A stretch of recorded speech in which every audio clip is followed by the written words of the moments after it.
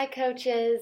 So I wanted to make a video because I've been reading The Slight Edge, and if you haven't read it yet, I definitely recommend checking it out because it's just totally put everything into a new perspective and light for me, and I just really wanted to share with you things that have resonated with me and that have helped me just totally tap into this new mindset of getting to the core of why we are fitness coaches.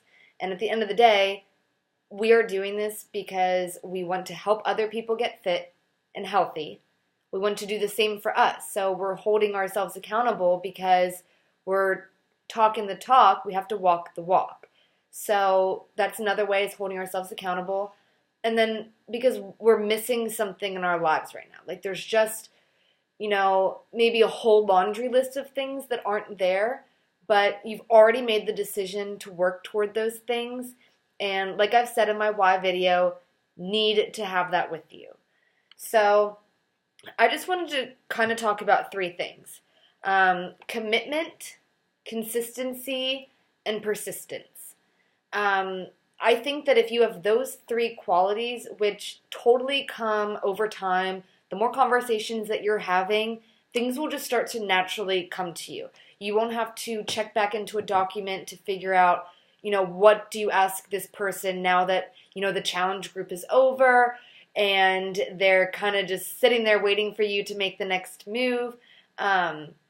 So that's like really why I wanted to make this video and talk about those three things.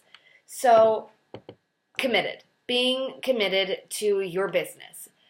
Being committed to your business honestly starts with being committed to yourself.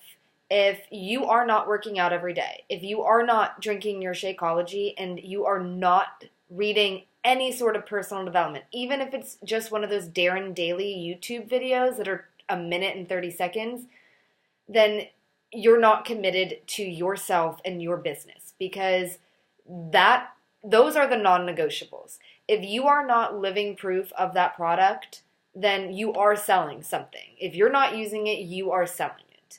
To me, like I've said hundreds of times, I never feel like I'm selling something because every day I wake up and I do these workouts. I believe in them wholeheartedly because, I'm a personal trainer. I mean, I'm somebody that loves to be in the gym, and I don't feel like I really need to do that. Don't get me wrong, I do add in an extra day or two of lifting, but I don't have to. As far as Shakeology, I'm pretty sure all of you are pretty good about drinking that every day.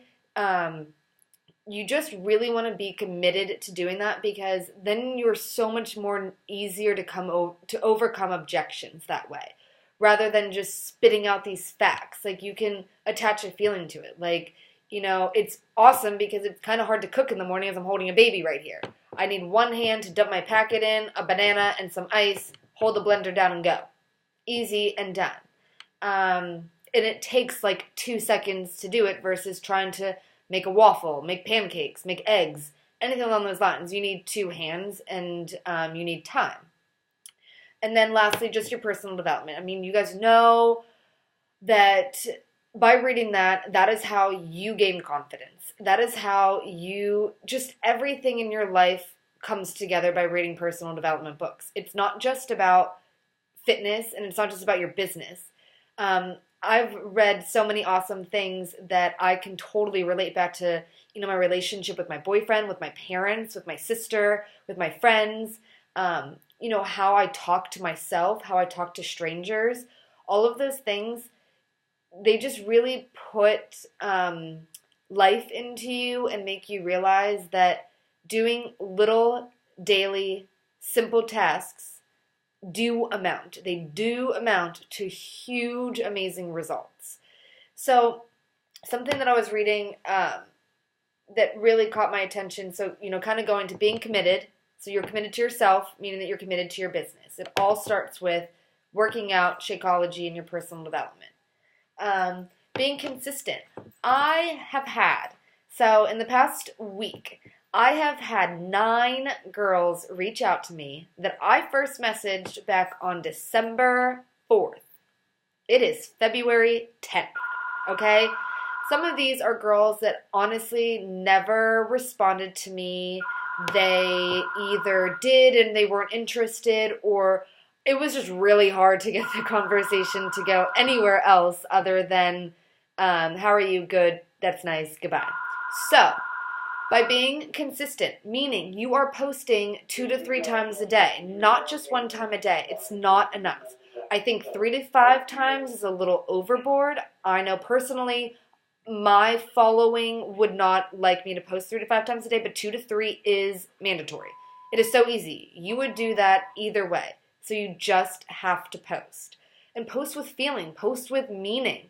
Because those people that you started conversations with months ago, they are watching. They might not tell you, but they're watching. And they just want to see, like, okay, is this real or is this a scam? Because if she's only doing it for like a month and I never see a post about her again, I'm really glad I didn't end up doing this. But 4 months from now, when they still see you're doing it, they're going to be like, shit, I wish I had done this 4 months ago when she first reached out. That's why you always want to follow up, because they might be too embarrassed to reach out to you and think, oh, well, she already asked me once, so I'm just going to leave it at that, and I missed my chance. No one missed their opportunity. And then being persistent. So it is really easy to, get your feelings hurt or whatever, take something to offense. But you just have to think of any analogy that kind of comes to your head. So I've been a server 100,000 times. So something that really just helps me keep in mind that it's not personal when they turn down either the opportunity or a challenge group. I just think of it as when I walk up to a table, every single table, even if, they all 3 had salads and it was lunchtime, I would say, it was really wonderful having you join us tonight. Can I interest any of you in coffee or dessert? And almost all the time, unless there was a kid at the table, they would say, no, thank you. Ugh, I'm so full. You've said that before, too. Almost every time I go to eat, I'm like, no, thank you. I literally just ate the whole table. I don't need any more. I don't take offense to that. I didn't make the dessert. I was just going to go scoop it out of a box in the bag. Like, I don't care about the $1.50 more bill that be added. It does not affect me in any way, shape, or form. So don't take it personally when people are saying no. You did not make these programs. You are not the one doing the workout in the program. Did you create Shakeology? Because if you did, I wouldn't be talking to you right now. Don't take offense to it. Just say, I'm really sorry that right now is not a good time for you. It's totally changed my life for these reasons. I feel blah, blah, blah, and blah. It's helped me, blah, blah, blah, blah. I've saved money because blah, blah, blah, blah. Just anything that you can attach a feeling and a personal emotion to. That's what people are really looking for. So just something that I really wanted to leave off with, it's an awesome quote that I wrote down, is that, so Jeff Olson says, I witnessed many people not just losing their belief in being able to seek a change in their life, but actually regressing to an earlier state in which they simply didn't want to make any changes. So what that means is that people are constantly looking for something new. You'll have people reach out to you all the time, and then it comes down to either, I don't have the time, I don't have the money, or they don't respond. And those are just their excuses for not feeling like they can do that. So some people then, will sign up for a challenge pack. They'll have an awesome first week, and then they start to fall off the wagon and just end up kind of going back to the time where they just didn't want to do this anymore. They don't want to change. What's the point? It's not working.